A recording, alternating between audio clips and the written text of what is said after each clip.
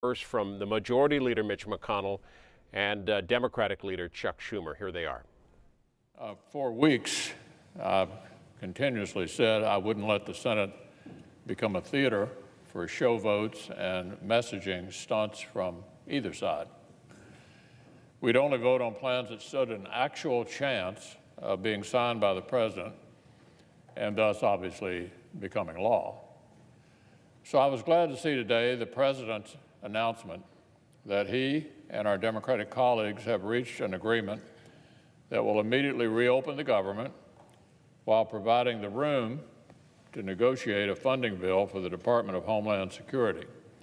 Further, negotiations on DHS will be prioritized over consideration of any other funding bills.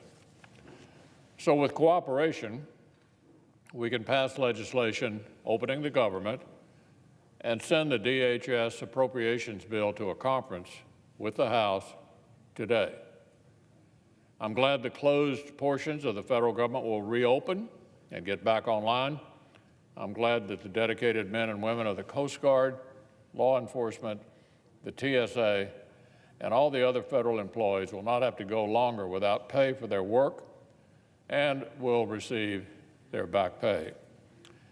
I know the pain that this episode has caused to many Kentuckians and to people all over our country. They deserve this resolution. So going forward, I hope our Democratic friends will stay true to the commitment they've stated constantly over the past weeks, that once the government was reopened, they'd be perfectly willing to negotiate in good faith on a full year of government funding that would include a significant investment in urgently needed border security measures, including physical barriers. After all, the only way the federal workers are going to have stability and certainty beyond the next 3 weeks, the only way our border is going to have real security, is if Democrats will stop playing partisan games and get serious about negotiating with the president on a long-term compromise. The days ahead will tell us whether our Democratic colleagues are actually serious about securing our nation, whether they actually mean what they say. So the president's called on the Senate to act on these proposals, and now that there's an agreement between the Democrats and the White House, we can make that happen.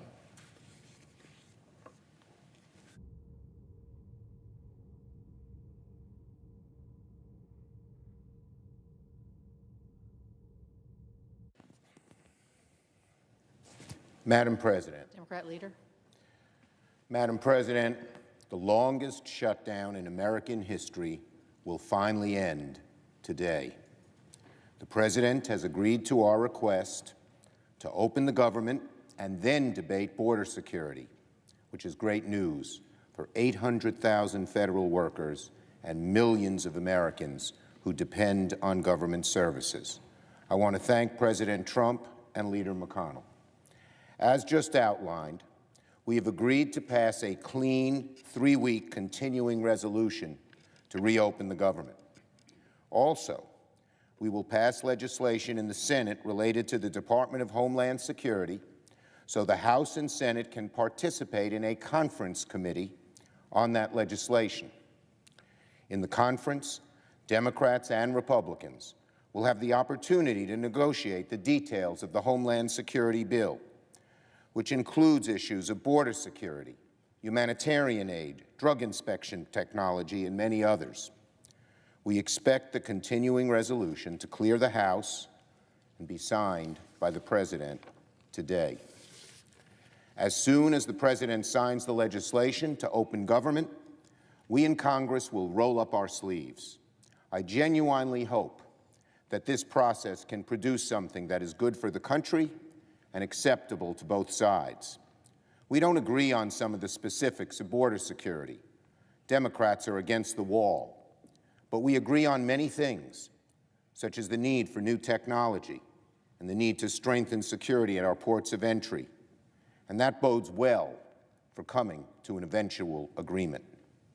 I believe there's good faith on both sides to reach an agreement, and we will work diligently to achieve one. And because we've set this up as a conference, Democrat and Republican leadership, House and Senate, will be involved, as will the appropriators from those committees. Most importantly, this agreement means that the government will reopen and 800,000 federal employees will finally get paid. After over a month of increasing desperation, our dedicated public servants will get the relief and the paychecks they are entitled to, including back pay. From the bottom of my heart, I want to thank the federal workers who worked so selflessly this past month. They should never have to go through this again. We will do everything we can to make sure they won't have to. The past month has proven just how vital government services are to the American people, whether that's air traffic control, food safety inspections, the Coast Guard, national parks, and so many others. With this agreement, TSA, Border Patrol, FBI agents will all be paid again for protecting our country. Our airports will get back on track. We'll resume maintenance of our cherished national parks, and the IRS can issue tax refunds in a timely manner, all critical for the well-being of the American people. As Democrats have said all along, the solution to this impasse was to separate funding the government from our disagreements over border security. This agreement endorses that position. It reopens the government without preconditions and gives Democrats and Republicans an opportunity to discuss border security without holding hundreds of thousands of American workers hostage. Hopefully, it means a lesson has been learned. Shutting down government over a policy difference is self-defeating. It accomplishes nothing but pain and suffering for the country and the American people. That's a lesson we all must bear in mind when this next continuing resolution expires, and that will make its success more likely. We can never hold American workers hostage again. I yield the floor. Madam President. Senator from Maine. Thank you, Madam President. Madam President, government shutdowns. And we will remind you that our